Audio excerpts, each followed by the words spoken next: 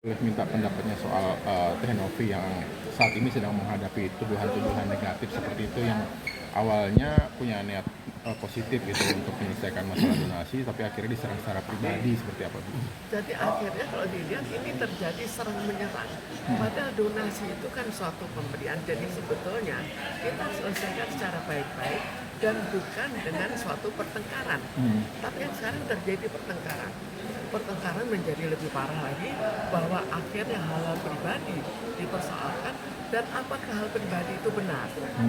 Jadi sebetulnya sangat disayangkan bahwa persoalan yang harusnya kita minta secara baik-baik, akhirnya kita minta dengan mengecam beberapa hal yang kita tidak tahu benar tidaknya.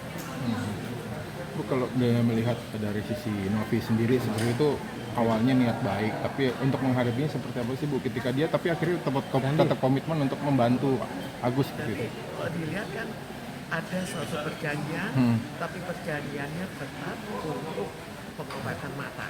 Kemudian tiap kali ya dari aku sendiri dong berubah. Berubah-ubah itu kenapa? Ada apa? Apakah dia terus stres? Tapi dari sebelumnya sudah ada hal-hal yang meragukan. Jadi mungkin ada suatu gangguan dalam jiwanya atau apa, tidak tahu. Tapi yang jelas adalah bahwa dia sebetulnya harusnya juga dicek ke dokter jiwa karena sudah sampai mau bunuh diri.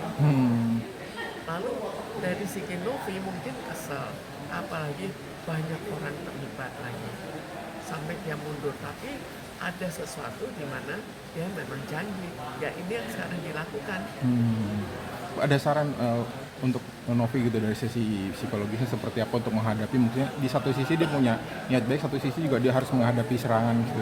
Ya, saya pikir sudah seperti sekarang ya dia hadapi, jangan dengan emosi, tapi hadapi saja dan keputusan tetap dia.